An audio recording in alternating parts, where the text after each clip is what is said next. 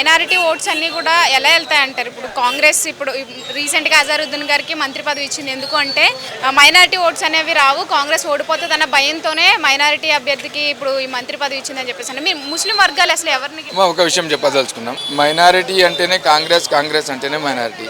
ఇది భారతదేశ చరిత్రలో విషయం. ఈ మైనారిటీలు అటు ఇటు మొగ్గరు.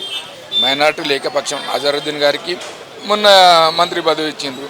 అంతేగాని అంతకన్నా ముందు అజరుద్దీన్ గారికి నిలబెట్టినప్పుడు ఆయనకు టైం కూడా లేకుండే 60,000 చిల్లర ఓట్లు వేయడం జరిగింది.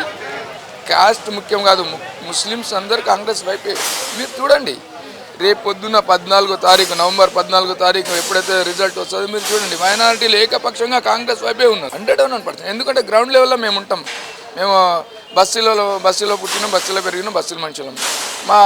మా దగ్గర అందరూ మైనారిటీలు ముస్లిం కాంగ్రెస్కి. ఇప్పుడు అజారుద్దీన్ గారు వేరే పార్టీ పెట్టి అందులో అక్కడ నుంచి అభ్యర్థిగా పోటీ చేశారనుకోండి, మీరు అజారుద్దీన్ గారికి వేస్తారా, కాంగ్రెస్కి వేస్తారా? కాంగ్రెస్. అజరుద్దీన్ మాకు లెక్కలేదు.